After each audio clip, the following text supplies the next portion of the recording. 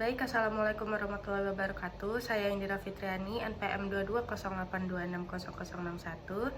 Di sini saya akan remedial kardiologi dan membawakan mind map saya yang berjudul hipertensi. Nah, untuk hipertensi ini adalah peningkatan tekanan darah sistolik lebih dari sama dengan di atas 140 mm air raksa atau per diastolik lebih dari sama dengan 90 mm air raksa. Hipertensi ini lebih lanjut dikategorikan menjadi beberapa derajat berdasarkan tekanan darah sistolik dan diastoliknya. Nah, masuk ke klasifikasinya, hipertensi ini ada terbagi dua, hipertensi esensial atau primer dan juga hipertensi sekunder. Nah, hipertensi esensial atau primer ini terbagi tiga, yaitu ada stage 1. Stage 1 ini sistoliknya itu 140 sampai 159 mm air raksa per diastolik 90 sampai 99 mm air raksa. Itu stage 1. Dan juga stage 2, dia sistoliknya itu sudah di atas 160 mm air raksa per diastolik di atas 100 mm air raksa. Setelah itu yang ketiga ada hipertensi krisis. Hipertensi krisis ini sistoliknya itu sudah di atas 180 mm air raksa per diastolik yang sudah di atas 110 mm air raksa. Setelah itu hipertensi krisis ini terbagi menjadi dua, yaitu ada yang urgensi dan emergensi. Urgensi ini dia tidak ada kerusakan target organ, jadi cuman sistolik sama diastoliknya yang 180 per 110. Kalau emergensi ini dia sudah di atas, sudah ada kerusakan organ. Contohnya apa? Seperti dia ada stroke, gagal jantung, kerusakan ginjal, edem paru, ataupun bisa serangan jantung. Dan dibarengin dengan hipertensi krisis tadi.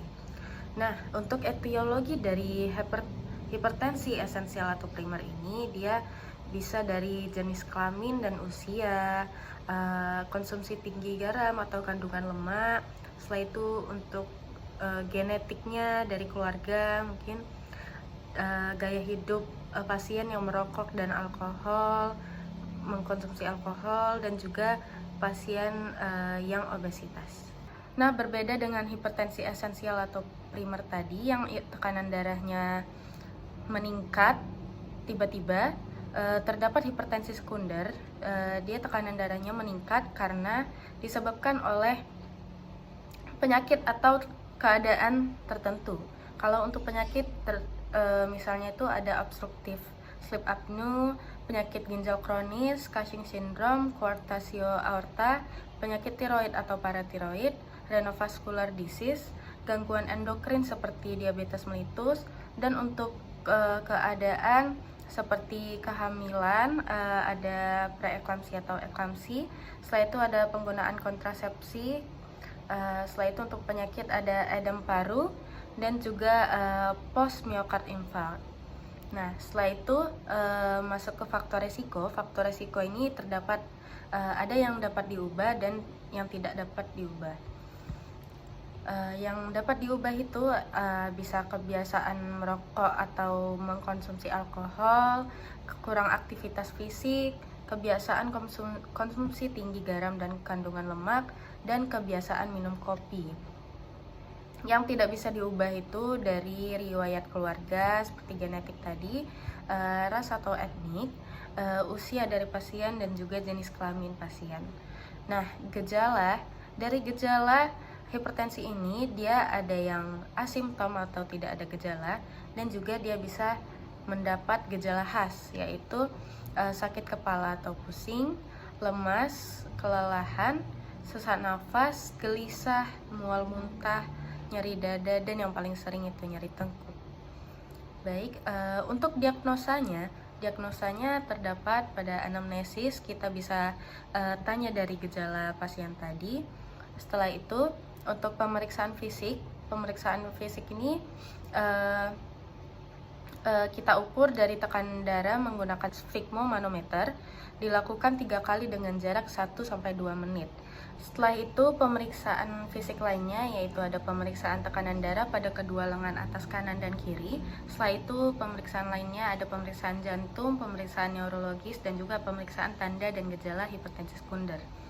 Setelah itu diagnosa lainnya ada pemeriksaan penunjang yaitu ada pemeriksaan EKG dan juga ada untuk hipertensi sekunder ini menghindari adanya komplikasi dari hipertensi ini. Yaitu untuk hipertensi sekunder ada gula darah sewaktu dan juga gula darah puasa atau HbA1c untuk diabetes mellitus, ada pemeriksaan urinalisis juga. Setelah itu ada pemeriksaan fungsi ginjal, ureum kreatinin, dan ada pemeriksaan kimia darah seperti kolesterol total, LDL, dan HDL. Nah, setelah itu tata laksana dari hipertensi ini terbagi atas hipertensi primer dan juga sekunder. Untuk hipertensi primer yang stage 1 yang di bawah 60 tahun itu ada S inhibitor first line-nya.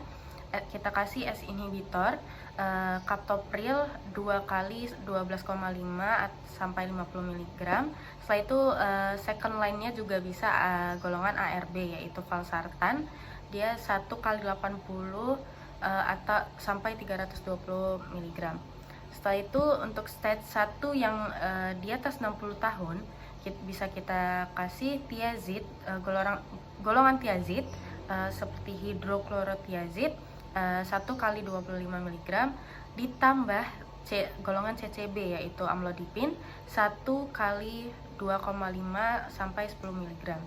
Setelah itu untuk hipertensi primer yang stage 2 itu langsung kita kasih 2 obat, 2 golongan. Seperti contohnya bisa tiazid plus CCB. Tiazid ini hidroklorotiazid 1 kali 25 mg ditambah dengan CCB seperti amlodipin 1 kali 2,5 sampai 10 mg. Nah, untuk hipertensi primer yang krisis terbagi dari urgensi dan emergensi. Untuk urgensi itu first line-nya kita beri golongan CCB yaitu amlodipin 1 kali 2,5 sampai 10 mg, dan untuk second line-nya ada S inhibitor, golongan S inhibitor yaitu captopril 1 kali 12,5 sampai 50 mg. Dan untuk yang emergensi langsung kita beri infus ditambah oksigen dan juga nikardipin intravena. Setelah itu dirujuk. Setelah itu tata laksana untuk hipertensi sekunder terbagi dari beberapa penyakit tertentunya seperti misalnya hipertensi ditambah dengan diabetes mellitus. Itu bisa kita beri golongan S inhibitor seperti captopril atau bisa dengan ARB seperti valsartan. Setelah itu hipertensi sekunder lainnya ada yang karena edema paru, itu bisa kita beri furosemid juga 3 kali 40 mg. Setelah itu karena post myocard infarct itu bisa kita beri golongan beta blocker seperti propanolol 2 kali 40 sampai 320 mg. Dan karena keadaan seperti kehamilan itu kita beri nifedipin. Nifedipin itu jika ada proteinuria seperti pada penyakit preeklamsi dan eklamsi. Dan untuk metildopa itu jika tidak ada proteinuria.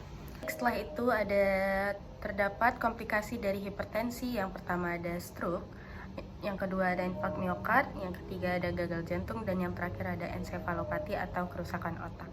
Baik, sekian dari presentasi mind map saya, dan ini adalah referensi yang saya gunakan. Mohon maaf jika banyak salah kata dan banyak kurangnya. Pada Allah saya mohon ampun. Subhanallah wa bihamdika asyhadu an la ilaha illa anta astaghfiruka wa atubu ilaik. Wassalamualaikum warahmatullahi wabarakatuh.